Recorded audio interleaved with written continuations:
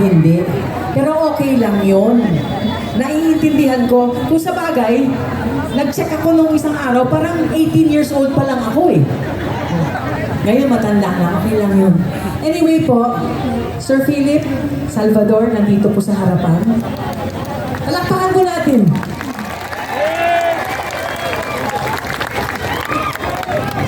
Tsaka si Sir Lambino. Palakpakan po natin.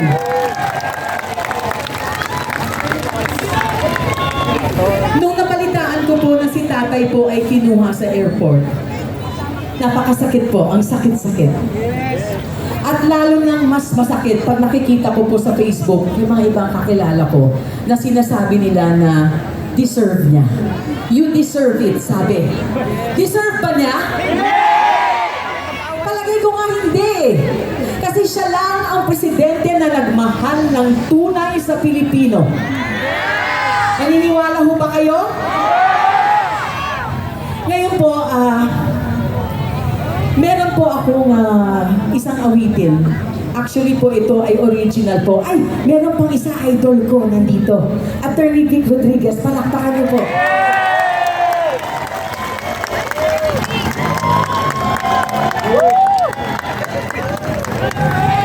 Yung po sinasabi ko po kanina, meron po akong composer, na batikan na composer po, na naglikha nitong kanta na to. Kaya first time lang po ninyo maririnig ito. Okay lang ba? Suportahan niyo ako?